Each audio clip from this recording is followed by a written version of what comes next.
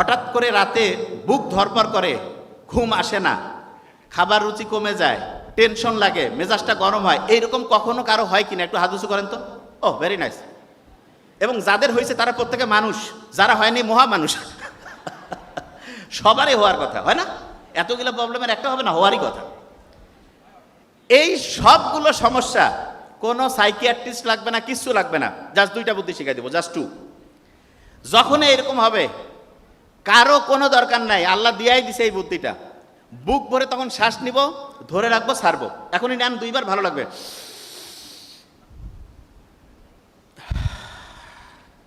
আরেকবার নিব। কারণটা কি সেটা বলি।